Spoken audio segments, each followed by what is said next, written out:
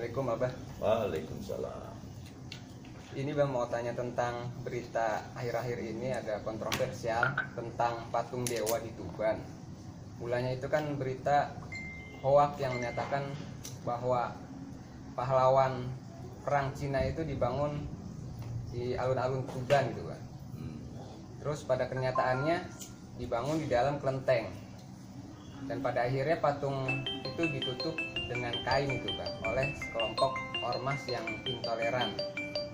Dan juga di situ telah diresmikan oleh Ketua MPR.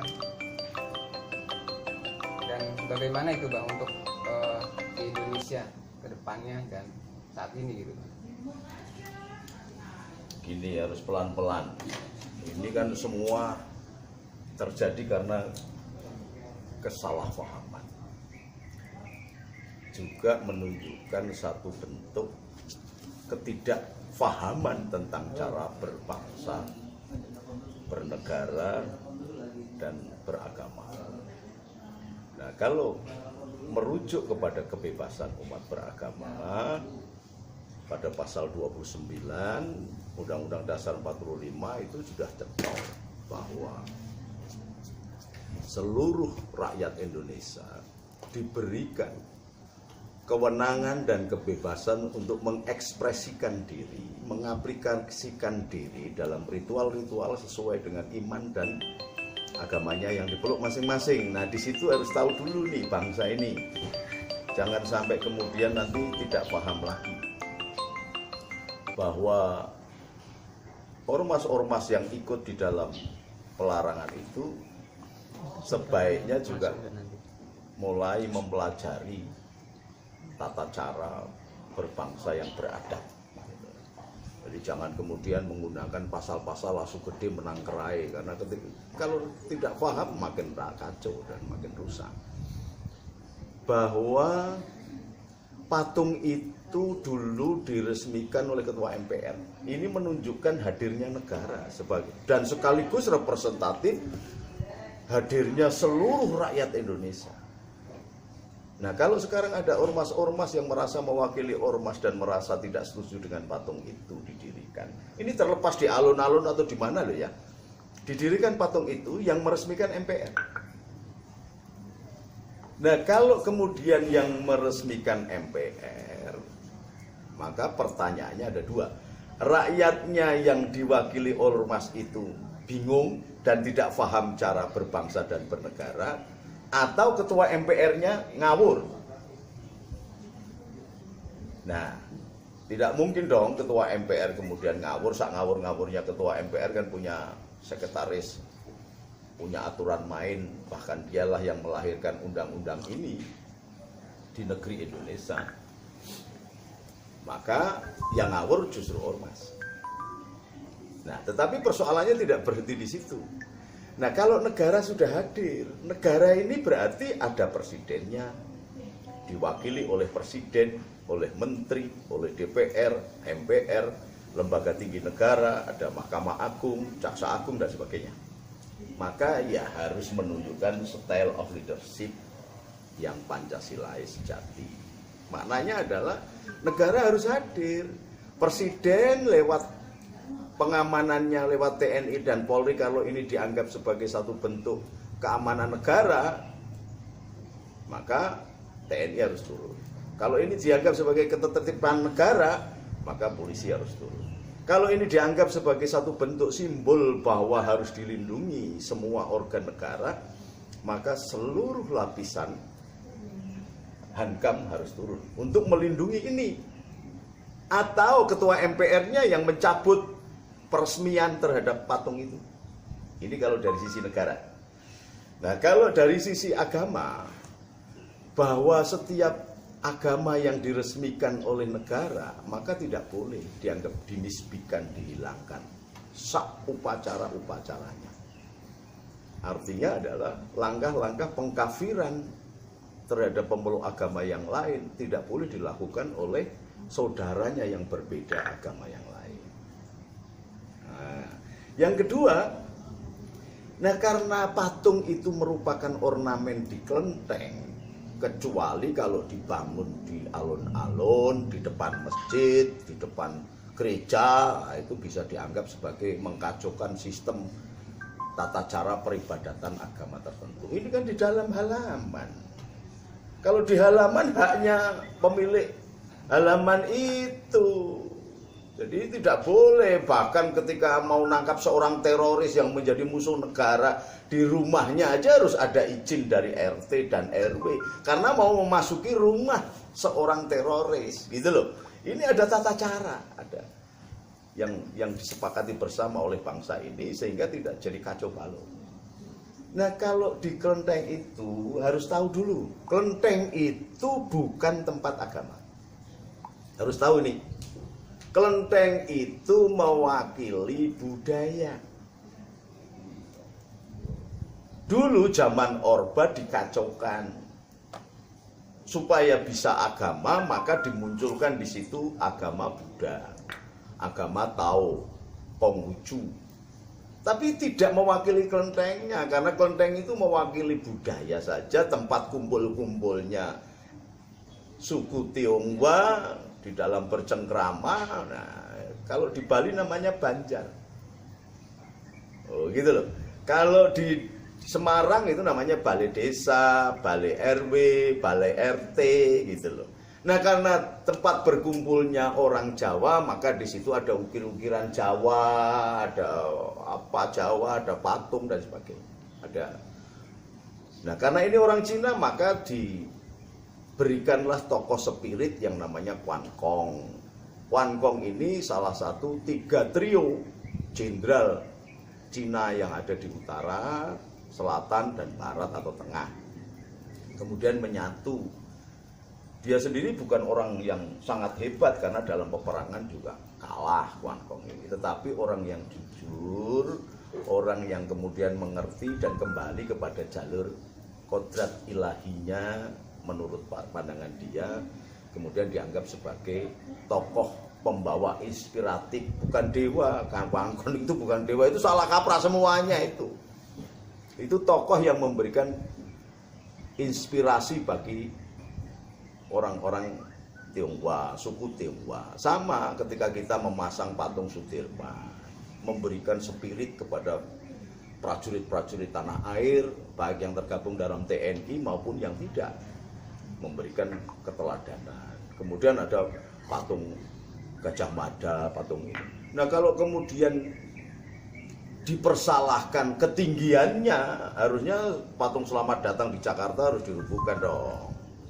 Itu malah justru dulu dianggap sebagai patung PKI, patung tani, patung PKI, terus patung pembebasan di Pancoran, Pasar Minggu, itu dianggap pasar orang yang ditahanan, patungnya Nabi karena membawa rantai. Itu kan kacau semua. Ini adalah simbol-simbol ekspresi pada saat itu menumbuhkan giroh dalam berbangsa dan bernegara.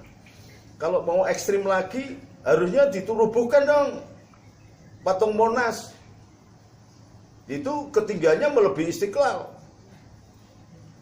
melebihi gereja katedral. Padahal patung Monas itu melambangkan lingga dan yoni, itu adalah alat kelamin manusia. Nah, yoni dan lingga. Maka lingga itu mewakili laki-laki, yoni mewakili perempuan. Ini menunjukkan satu bentuk kehadiran pada saat itu, kehadiran bahwa kita ini dari satu, dari bapak yang sama, ibu yang sama, maka menjadi bangsa besar yang bernama bangsa Indonesia, terdiri dari beribu-ribu suku, beribu-ribu bahasa, adat istiadat. Nah, kalau kemudian yang menang, kemudian yang banyak Islam, kemudian dianggap yang lain mengganggu keimanan, perlu dipertanyakan iman yang mana. Ini orang Islam yang sangat rendah sekali kalau keimanannya terganggu hanya melihat gambar-gambar begitu. Nah, dia tiap hari nonton film di TV, dia tiap hari nonton film di video di YouTube, kenapa nggak dianggap ganggu ketertiban dan keimanannya? Kenapa tidak dimatiin aja, kenapa nggak dibanting aja androidnya? Supaya mereka tidak nonton gambar-gambar begitu. Loh, ini kan sama dengan pemahaman agama yang sangat dangkal. Nah, kalau begitu, robohkan dong bangunan yang ada di Mekah sana. Karena itu melebihi Ka'bah, melebihi Masjidil Haram malah. Bukan begitu, kecampur baburan pengertian tentang fikih. Kemudian seolah-olah merasa dirinya paling beragama sendiri, ini harus mulai dijelaskan. Memang secara fikih dulu orang Islam sendiri, orang Islam jangan membangun bangunan melebihi masjid tingginya. Terus karena banyak berkembang, lalu ada istihad, berubah fikihnya. Orang Islam kalau membangun bangunan tertinggi jangan melebihi menaranya, maka setiap masjid ada menaranya. Tapi sekarang kita lihat gedung-gedung yang ada di seluruh Indonesia ini semuanya melebihi menaranya masjid. Bahkan musolanya itu malah di bagian dari gedung itu sendiri. Apa harus gedungnya dibongkar kemudian hanya diutuhkan musolanya?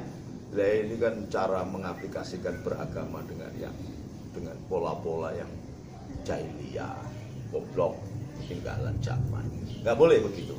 Maka apalagi ini patung berada di sekitar kelenteng. Kelenteng itu dulu menjadi Tridharma, mewakili agama Buddha, Tao, Konghucu, dan kebudayaan. Nah, setelah ini diakui Konghucu dan Buddha sudah diakui terlebih dahulu, itu hanya sebagai tempat budaya kumpul-kumpul, sebagai bentuk aplikasi sosial, kesalehan sosial, maka kelenteng tetap diutuhkan. Kemudian setiap lebaran, setiap puasa juga mengundang puluhan ribu untuk berpuasa, berbuka bersama di kelenteng itu. Kok sekarang baru muncul ini patungnya ini? Urusannya apa? Maka pemerintah Jawa Timur, Gubernur Jawa Timur, dan dalam hal ini adalah Bupati Tuban atau Wali Kota Tuban harus mengamankan ini, bukan membela sana, membela sini, tetapi meluruskan warganya, ormasnya untuk taat berbangsa dan bernegara. Jangan takut karena dia memiliki ormas yang banyak, atas nama banyak ormas begini-begini, kemudian supaya bisa terpilih lagi jadi gubernur atau jadi bupati atau jadi wali kota, dia kemudian mempertimbangkan itu, membiarkan kelaliman terjadi di mana-mana. Ini salah kaprah. Maka saya sudah menginstruksikan semua elemen PGN, Patriot Garuda Nusantara, untuk terjun ke lapangan, membuka selubung itu, dan kita tunjukkan kebebasan beragama. Jadi jangan sampai kemudian kita di atas ngomong begini, di bawah begini, nggak jelas. Saya mohon juga Pak Jokowi untuk memperhatikan ini dan bisa menugaskan Menko Polkamnya atau apanya untuk mengatasi. Dan Departemen Agama dalam hal ini, Menteri Agama juga harus turun ke lapangan. Jadi kalau masih ada masa-masa yang kemudian mau menggeruduk, mau merubuhkan, sudah ada aturan mainnya kok. Masuk ke halaman orang lain itu ada pasalnya. Apalagi ini tempat ibadah, pengerusakan tempat agama. Maka tolong tangkap mereka. Kalau tidak bisa, biar PGN yang menangkapi mereka. Kalau tidak ada keberanian TNI atau polisi membiarkan kebiadaban-kebiadaban ini terus berlangsung, maka biar PGN yang turun ke lapangan. Dan kita siap kok. Saya udah minta kepada Gus-Gus dan para kiai, dan kita nanti akan matangkan persoalan-persoalan ini pada Silatnas di Bondowoso. Kita akan mengundang 50.000 kiai dan para santri serta umat patriot-patriot sejati untuk bertemu merumuskan ini. Jangan Jokowi diserang terus sehingga sibuk ngurusi menjawab persoalan-persoalan begini dan akhirnya lupa dengan tugas dan program kerja sebagai presiden. Lalu setelah lupa ditembak lagi, ternyata dianggap tidak berbuat apa-apa dan tidak mampu berbuat apa-apa. Jangan begitu. Biarkanlah mekanisme Pilpres, Pilgub itu berjalan sesuai adanya. Dan kita harus dukung. Saya itu merindukan seperti orang-orang Amerika itu, mantan presiden bisa direkrut oleh presiden untuk bekerja bersama, kemudian membawa keharuman bangsa Indonesia. Di Indonesia ini lucu, katanya beradab, katanya lembah mana, katanya warga yang ramah, yang bersaudara, meninggikan religius, meninggikan agama. Tetapi perilaku mantan-mantan presidennya sama sekali tidak menunjukkan orang yang beragama. Setelah jadi presiden memusuhi presiden yang sekarang, selanjutnya selanjutnya begitu terus. Ini kan sama dengan melestarikan dendamnya keris Empu Gandring. Kalau dulu kan Tunggul Ametung dibunuh Ken Arok dibunuh Anusapati dibunuh anaknya Ken Arok namanya Tojoyo, terus sampai terakhir yang namanya Kertarojasa anaknya Ken, cucunya Ken Arok dibunuh oleh Jayakatwang dibunuh oleh menantunya melalui tentara Kublai Khan-nya yang bernama Raden Wijaya, dan ini terus berlanjut sampai sekarang. Kan lucu gitu loh. Monggo kita ini diharapkan oleh para tetua kita, para wali-wali Allah di zaman Hindu, Buddha maupun Islam itu menghendaki bangsa Nusantara ini menjadi mercusuar dunia, menunjukkan di Indonesia inilah semua agama Allah sendiri hadir dalam berbagai wajah dan berbagai perbuatan. Rabbana ma khalaqta hadza batila subhanaka faqina adzabannar. Enggak ada yang sia-sia. Mari kita ramun. Kalau kita mengaku takwa, berarti sudah beriman dong. Kalau sudah beriman, pasti sudah melakukan kesalahan sosial dong. Kalau sudah melakukan kesalahan sosial, kenapa bisa risau dengan hadirnya patung dan tidak patung? Gitu loh. Ini Allah kita ini Allah yang sangat maha segalanya. Masa kita beriman kepada Allah yang menguasai segalanya, yang rahmatan lil alamin, Rabbul alamin. Coba baca Fatihahnya itu, orang ormas suruh ngaji lagi tentang Fatihah lah. Alhamdulillahi Rabbil alamin, Robnya segala alam. Ar-Rahman Ar-Rahim, Maliki Yaumiddin. Itu tolong dibaca, kalau nggak mudeng nanti ngaji ke pesantren saya deh. Saya jelaskan tentang tafsir Al-Fatihah itu bagaimana, yang kemudian Allah perlu mendatangkan seorang Rasul yang sempurna, yang merupakan citra Allah itu sendiri, yang akhlak ucapannya adalah Al-Quran itu sendiri, Muhammad Rasulullah SAW.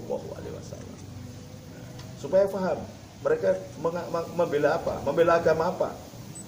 Saya tidak merasa terbela dengan perbuatan bodoh orang-orang yang mengaku ormas ini, ormas itu, mengaku beragama Islam. Itu kebodohan. Ngaji dulu deh. Jangan bertindak dulu, karena ini kan musim pilpres. Itu hanya ormas-ormas yang mau cari uang saja. Dan itu dibiarkan. Dan di Indonesia, sejak Bung Karno dilengserkan sampai sekarang, terjadi yang namanya premanisme. Dan preman-preman itu dipakai oleh kekuatan-kekuatan tertentu sebagai tenaga pressure. Kita ingin Indonesia ini besar, kita ingin Indonesia ini harum. Nah, untuk bisa harum harus berprestasi, harus dilihat di mata dunia bahwa kita mampu. Jangan disibukkan dengan perbuatan-perbuatan yang sama sekali tidak berdasar. Kita kembali saja kepada Undang-Undang Dasar 45, kepada Pancasila, Bhinneka Tunggal Ika, dan Negara Kesatuan Republik Indonesia. Kalau itu dijalankan dengan benar, jiwa Pancasila akan berkembang di mana-mana, dan kita akan menjadi sebuah negara yang semua akan mengimpikan, semua akan meniru. Nah, kita menjadi sentrum dunia. Maka kita bisa mengatakan, saya bangga menjadi rakyat bangsa Indonesia. Merdeka. Assalamualaikum warahmatullahi wabarakatuh.